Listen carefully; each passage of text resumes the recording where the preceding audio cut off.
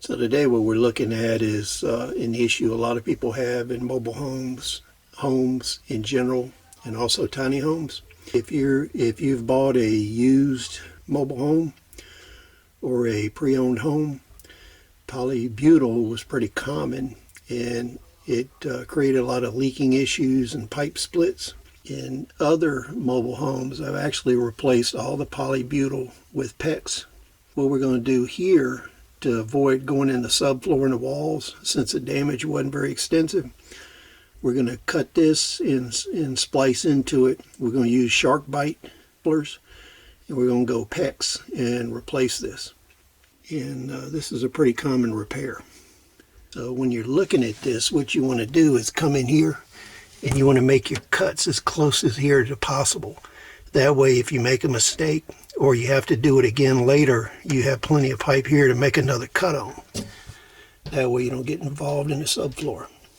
So to make this splice, what we're going to do is use a sharkbite 1/2 inch to 1/2 inch connector. On one side of this, it's set up for PEX. The other side is set up for polybutyl. We'll break it open and let's take a look at it. So what you're going to notice is on this connector, on the right hand side you have tan piping. On the left hand side you got light blue gray. The light blue gray is the polybutyl. On the right hand side, on the tan, is for the PEX. So make sure you're using the right side of this for the right pipe. There's your polybutyl side. There's your PEX side.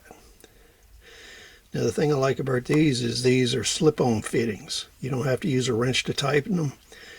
You need a special tool to take them off, but you don't need a special tool to put them on. Now what you'll notice is these are slip-on fittings. So when you make your cuts on the pipe, the ends of them have to be square. You can't have an irregular shaped pipe. So you're going to need to use the right tool to make the cuts. So this tool is an actual PEX pipe cutter, and you can use it on polybutyl also, and this makes a right angle square cut that works good with the sharkbite fittings. If you use a PVC pipe cutter, you won't get a good cut on these pipes, and the end of them won't be square. So make sure you get the proper tool for the job. This is a PEX cutter. So I want to give you a good close-up on how you use these tools for the sharkbite adapters. And keep in mind, you can go back and forth between different kind of pipes. You can use this to do repairs, splices. I've used this extensively in mobile homes to work on the polybutyl and replace parts of it that are failed. If you don't want to go through your mobile home or your spec home and replace all the polybutyl, you can do part of it at a time. And this is a way to do it. Your first tool is the PEX cutter. And I use a PEX cutter to cut PEX and polybutyl. If you use a PVC cutting tool, you won't get a clean end on it. Now, you want to make sure you get this lined up so that you are square to the pipe and you get a good cut. And you can see that's a good square cut. Then you take your tool, and this one goes from 3/4 down to 1/4 inch in increments. And you use this for two things. You use it to square the end up and chamfer it to remove any roughness. And this will work on copper, PVC, PEX, and polybutyl. So what you do is you pick the appropriate size, you put it in, and on this side you can see you have a little cutting area. And when you turn it, you can see it chamfers. So you can see the stuff coming off. So there's your chamfer. So there's your chamfer.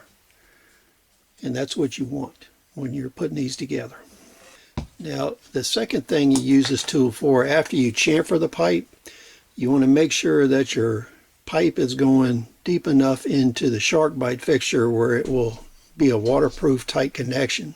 So you take a Sharpie and you mark it. So this has a depth gauge. You should go all the way up to this line when you're inserting it into your sharkbite fixture. So what we're going to do is just cut us an adapter to go from the sharkbite fixture into the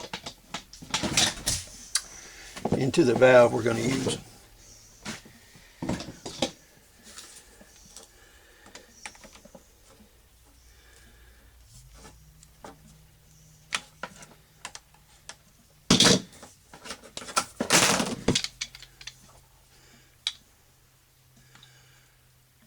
You want to make sure when you're using this tool you get it lined up.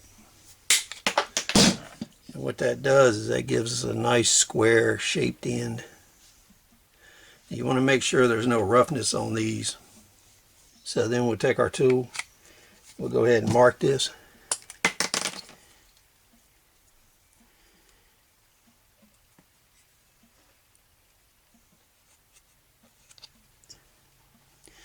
That way we know all that has to go up in the sharkbite fixture.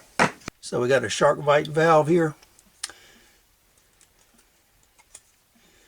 We'll go ahead and insert that.